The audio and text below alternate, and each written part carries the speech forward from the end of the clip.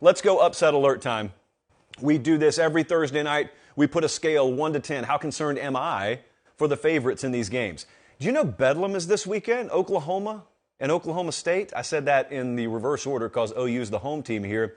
The line on the game, 7.5. Sooners by 7.5. And I was doing a hit with someone in radio earlier this week, and they said, could you explain this line to me? And my only explanation is Oklahoma State's offense has evaporated. No one knows where it went. It's like a missing persons report, but 11 persons. And the production that they were producing earlier this year. You know, Lincoln Riley was a head coach of one of these teams in this game last year. Some people tell you time flies. But that feels like about 17 years ago that Lincoln Riley was last coaching in Norman. And they lost this game, did Oklahoma last year, 37-33. I don't know what to think, really. We get in that time of year every year, the second to last and last weekends of the regular season.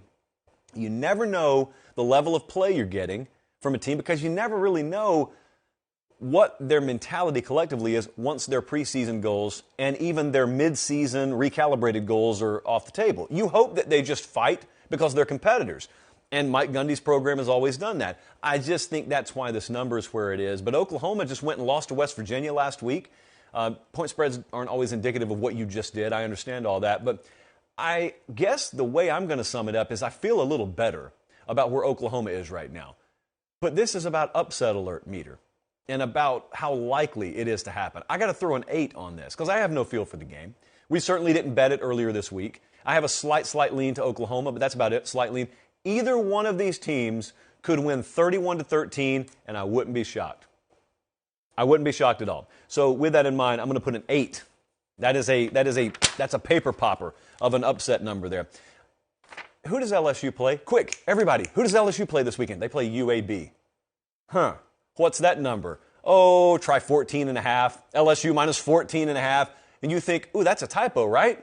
Surely the SEC championship-bound LSU Tigers against woeful at times this year, UAB, got to be favored by more than that, right? No, that's wrong.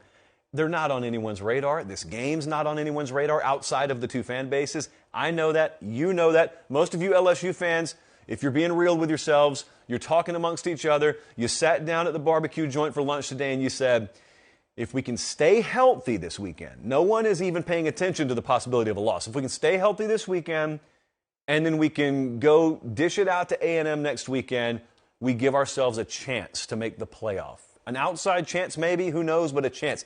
And here's the thing. You don't need to be talking like that when you're only favored by 2 scores in your home building. The biggest crime that's been committed, though, between either one of these two teams happened much earlier in the year. Now, Colin, I know you've got LSU's schedule up there. I'm going to ask you, do you have UAB's schedule? Just by chance. Oh, my goodness, he's got it. I don't want you to look at week 1, not week 2, not week 3. UAB committed the cardinal sin. They lost to Food in week 4. They fell to Rice, 28-24. They're not beating LSU. I'm not going to allow it to happen. You do not lose to Food and beat a division winner in the SEC. By the way, UAB is 0-4 straight up and against the number this year on the road. So I'm going to take the Tigers to win. I'm going to put a 2 on this. Now, 2s don't normally correlate to lines that are only 14.5. I feel good. I think Brian Kelly's got them locked in. You want to do a little research? I don't have time to right now. Go check out his record as a head coach in November. He gets teams locked in. They don't really lose focus. Even back at Notre Dame, they didn't. Illinois at Michigan. Kind of making an executive decision on this game. I'm going to tell you that it's a 3 for me on the upset alert meter. For those unfamiliar with what happened today, Brett Bielema found out he lost his mom. That's the head coach now at Illinois. So our condolences go out to him and his family. I'm not, as a result, going to really break the game down much. I'll tell you that I think Michigan is favored here. Obviously, they should be favored, but they've won 17 straight as a double-digit favorite. Michigan got in this little situation last year where we saw that Ohio State game coming and they were playing with no margin for error. It's the same this year, only they haven't lost a game. But we all know there's no margin for error here. And not only did they play the way they needed to before the Ohio State game, immediately afterwards they just roasted Iowa in the Big Ten championship game. So I don't think focus is an issue. There is no prayer they're overlooking Illinois. At least I don't think they are. It may take them a little while to put them away because Illinois is a very good defensive team. So is Michigan. So it may look like a rock fight for a half or, a little over a half. I think they'll eventually pull away. And I think Michigan wins this game. I'm going to put a 3 on it. So about the same I put with LSU, thereabouts. Let's go to the next game, though, because this is one that has my focus. Florida, last week, drugged South Carolina. Florida now goes on the road this week to play the University of Nashville. You might know them as Vanderbilt. Happy Dorvember, everyone, by the way. I have concerns. I've been singing Billy Napier's praises for like a month now. I have concerns about this. They've been playing really good ball ever since the Georgia game. They lost to Georgia, then they beat A&M, they beat South Carolina. Neither of those games are close. And then they've got Vanderbilt this week. Now, I think it's a good thing for both teams that Vandy won last week. Good for Vandy because it's validation that, yes, they are indeed improving. It's good for Florida because you need to have your attention on them this weekend. And had Vanderbilt not won against Kentucky last week, I would have even greater concerns. As it stands, Vandy's one of our best bets of the week. We got him at plus 14. Mid-30s at kickoff.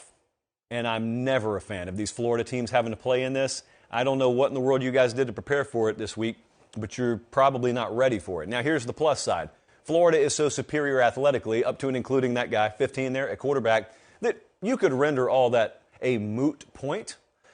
But I do think it matters. If it's any consolation, it should warm up into the 40s by the time the second half rolls around. So there's that. Vandy can bleed you. They ran it for over 230 last week. So if you are lazy or sloppy, I guess is the right word, early on, if you turn the ball over, which Florida has not done hardly at all lately, but if you do it, if it were to happen out of the blue, this would be the spot for it to happen. Vandy can shave 2 possessions off of what you otherwise would have gotten in this game and just make you execute at a higher level. I'm putting a 5 on it. There you go. This is another game with about a 2-touchdown spread. And you see I'm a little more elevated on the upset alert meter here. It's a 5. Let's pay attention to it. Here's the worst part. The worst part is when a Southern team, this is about as close as you come in the South to playing in Big Ten weather. You go to either Arkansas or sometimes Lexington or Nashville in late November. That's about as close as it comes. And you mark my words, if Florida were to get down at all, you know what the camera shot is. The camera shot is about 2 or 3 either DBs or skill position players, perimeter players, smallest guys on your team. Especially, don't even let me find the special teams guys on the sideline.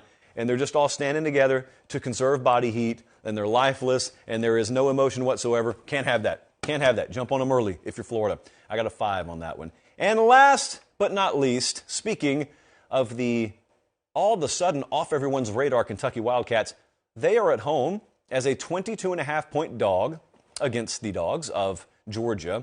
Kirby Smart's right. I heard him talking earlier this week. He said, don't care what they did last week. We'll get a totally different version of them. I do believe that. Think you'll get just a surprisingly inspired effort from Kentucky, but I'm not teeing the upset up at all because the problem is you can be inspired and focused and zoned in all you want to. You still have to execute. Kentucky can't execute offensively at a high enough level to challenge Georgia unless Georgia helps them out again and again and then again and probably at least one more time again.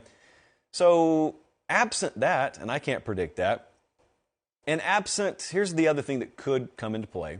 Theoretically, this should be a double do-down spot for Georgia. They had a do-up spot against Florida. They deliver. Then they have the Tennessee game. Then they go on the road to Mississippi State. And notice all of these boxes are getting checked. Green check mark for Georgia. This was the stretch every one of us looked at in the preseason. If Georgia drops a game, it will be in this stretch. And so you've got a 4th week now, presumably, of some of the best competition that you're facing all year. It's the only back-to-back road spot that they've had all year. So that stuff could matter. And that's not even Kentucky. That's just dynamics. That could matter. I think, quite frankly, that's why this number is not 24 or more. So I'm going to put a 2.5. Not even a 3, a 2.5 on the upset alert meter there. Thanks for watching, guys. Don't leave yet. Don't leave yet. Make sure you like the video and please subscribe to the channel. Not just for me. That's how we keep this entire thing free.